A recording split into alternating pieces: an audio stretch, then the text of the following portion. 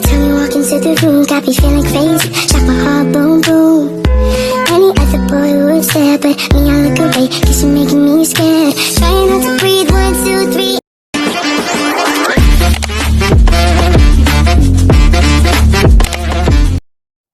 Hai Ibu dan teman-teman, perkenalkan nama saya Mardisa Chelsea Venesia Witaubun. Saya dari Fakultas Kesehatan, Program Studi Ilmu Keperawatan.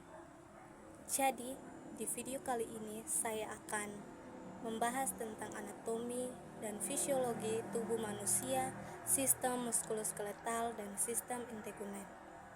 Yang pertama, saya akan membahas yaitu tentang sistem muskuloskeletal.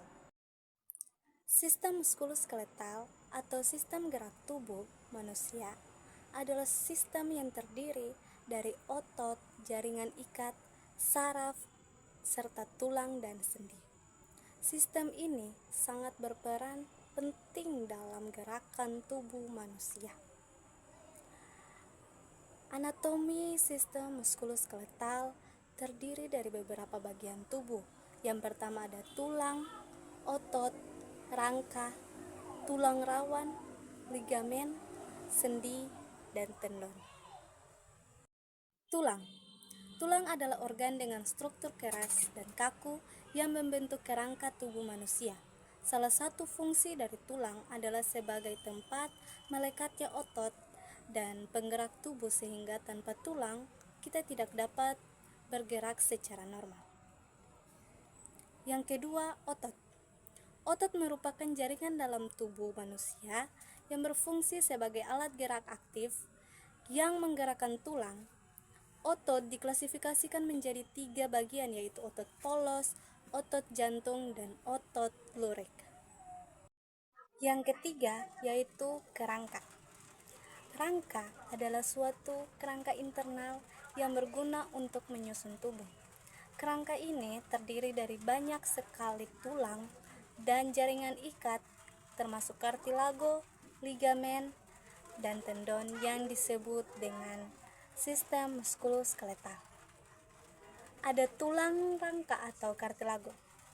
Kartilago atau tulang rawan adalah jaringan ikat khusus yang terdiri dari sel-sel yang disebut dengan kondrosit dan matriks eksterasel.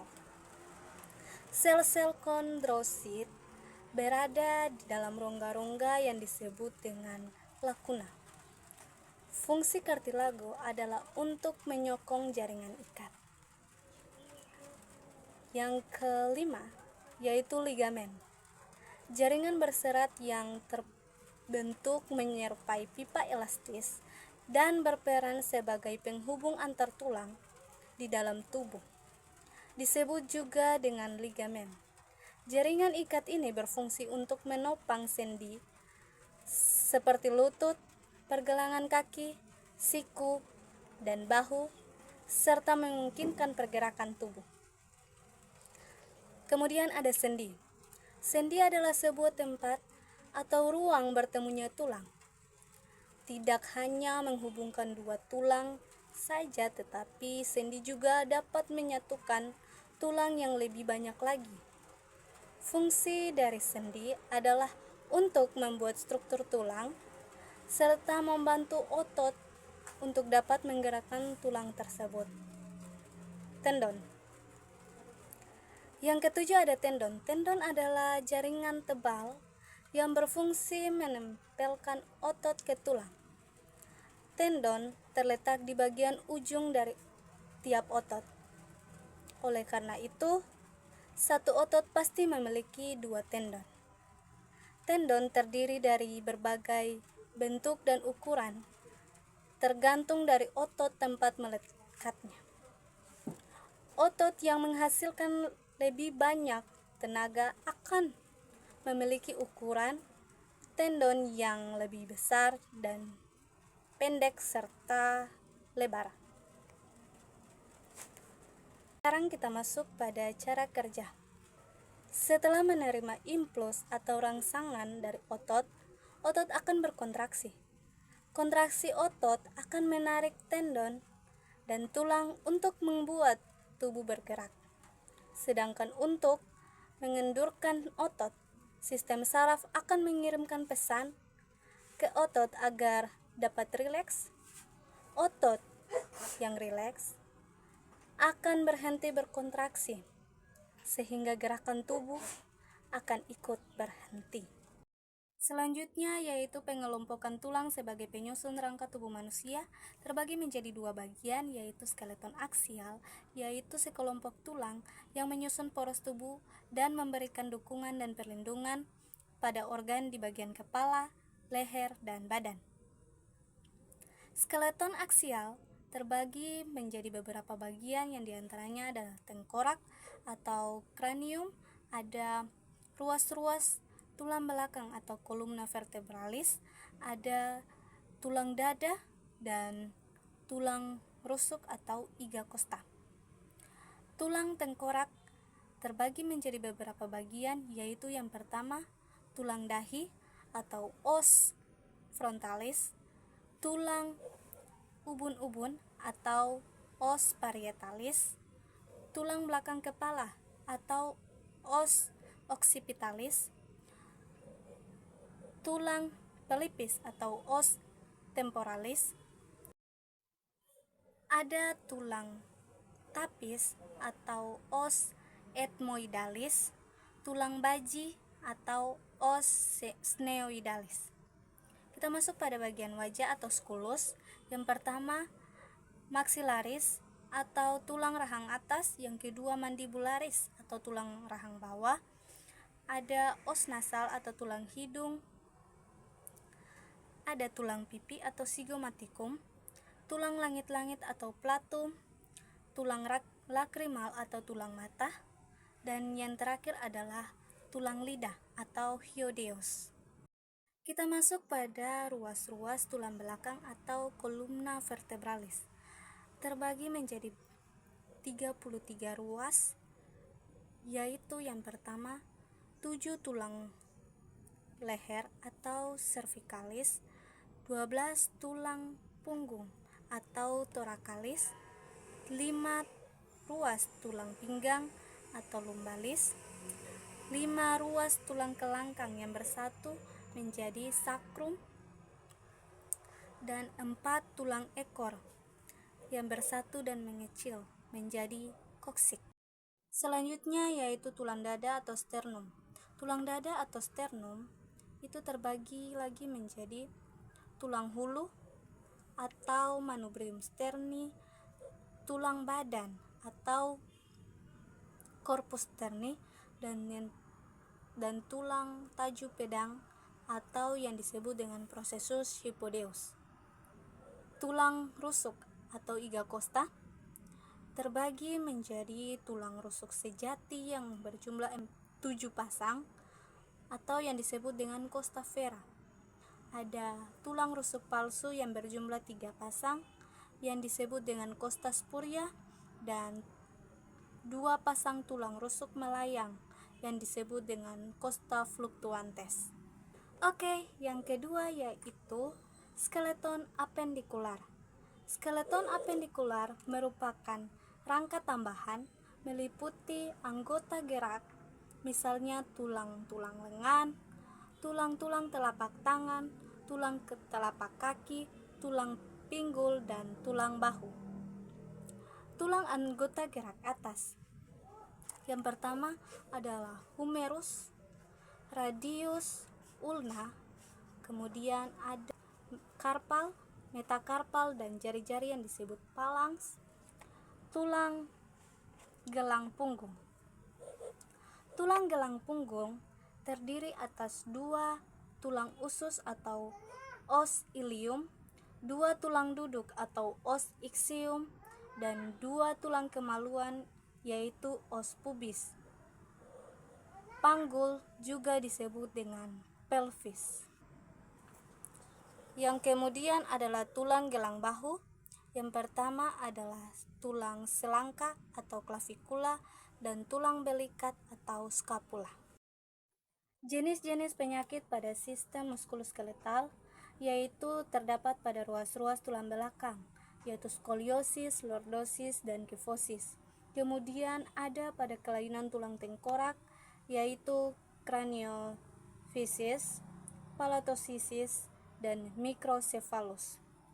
Gangguan tulang karena penyakit, yaitu ada polio, layu semu, rakitis, kaku sendi, kanker tulang, TBC tulang, osteoporosis, rickets, osteomalacia, osteoporosis, artritis, mikrosefalus, dan kemudian ada gangguan oleh faktor keturunan, gangguan oleh makanan, gangguan karena kecelakaan, yaitu ada fraktur atau patah tulang, kemudian gangguan pada sendi yaitu dislokasi, keseleo atau terkilir, alokifosis, dan artritis.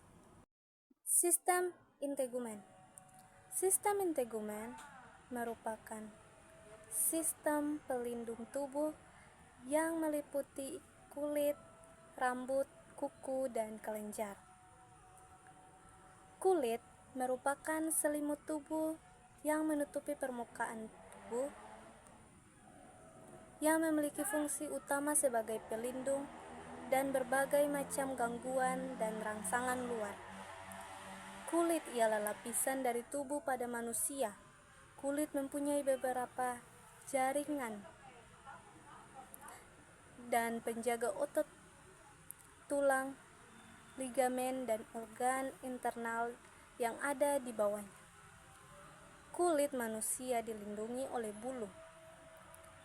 Kulit adalah sebuah lapisan jaringan pelindung yang terluar dan terdapat di permukaan tubuh. Kulit termasuk ke dalam organ ekskresi karena mampu mengeluarkan zat-zat sisa, yaitu berupa kelenjar keringat. Fungsi kulit sebagai pelindung atau proteksi, sebagai penerima rangsangan, sebagai pengatur panas atau termogulasi, sebagai pengeluaran atau ekskresi, sebagai penyerapan terbatas, sebagai penyimpan lemak, sebagai tempat pembuatan vitamin D, dan penunjang penampilan.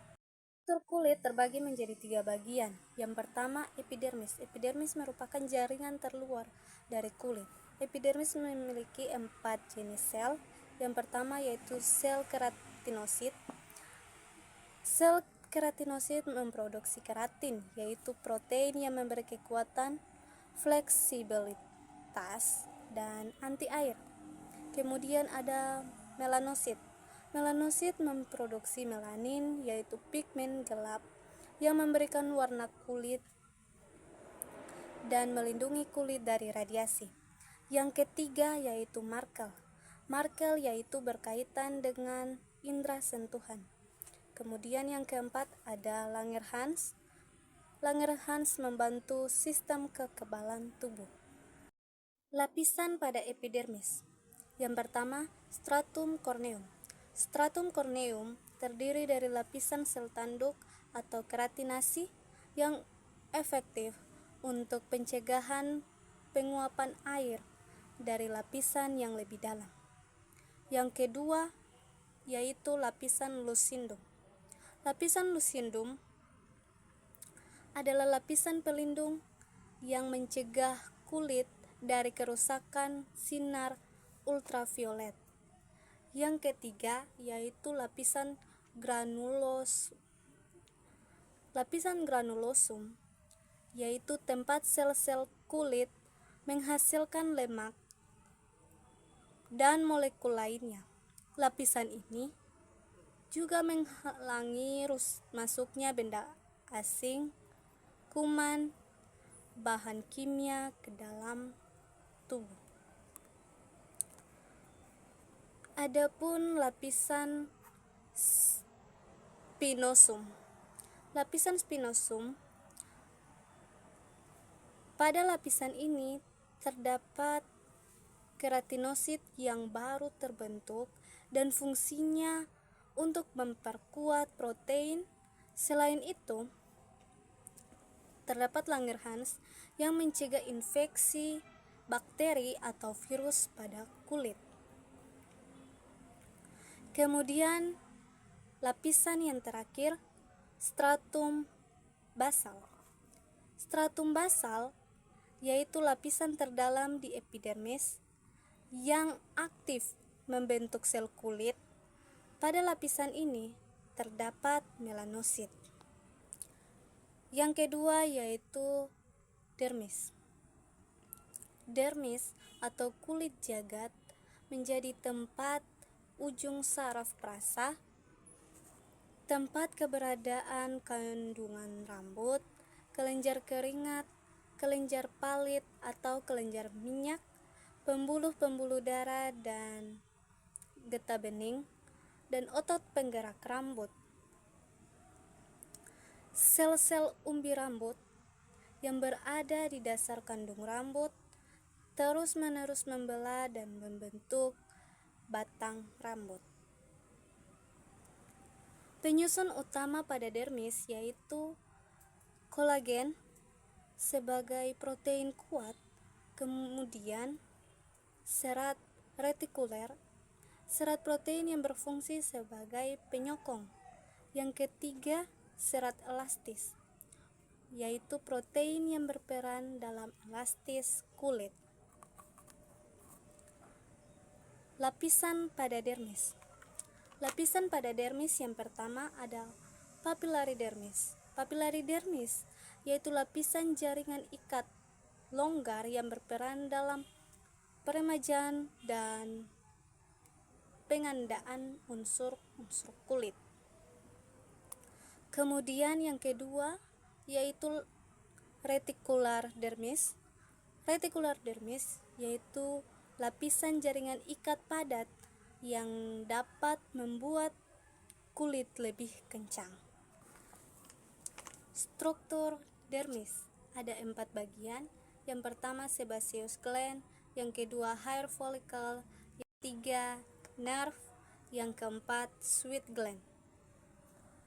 Terakhir yaitu hipodermis. Hipodermis adalah lapisan terutama yang mengandung jaringan lemak, pembuluh darah dan limfe, saraf-saraf yang berjalan sejajar dengan permukaan kulit. Cabang-cabang dari pembuluh-pembuluh dan saraf-saraf menuju lapisan kulit jagat. Jaringan ikat bawah kulit berfungsi sebagai bantalan dan sebagai cadangan makanan. Ketebalan dan kedalaman jaringan lemak bervariasi sepanjang kontur tubuh. Paling tebal di daerah bokong atau pantat, dan yang paling tipis berada di kelopak mata. Jika usia menjadi tua, kinerja liposit dalam jaringan ikat bawah kulit juga menurun. Bagian tubuh yang sebelumnya berisi banyak lemak, lemaknya akan berkurang, sehingga kulit akan mengendur serta makin kehilangan kontur. Jenis-jenis penyakit pada sistem kulit atau integumen. Yang pertama ada jerawat, yang kedua ada eksim, kemudian hives, impetigo, melanoma, ruam, bisul, kudis, dan cacar air. Kemudian juga ada kutil. Demikianlah penjelasan terkait anatomi fisiologi tubuh manusia, sistem muskuloskeletal, dan sistem integumen. Jika ada kekurangan dan kelebihan, mohon dimaafkan dan semoga bermanfaat. Bye.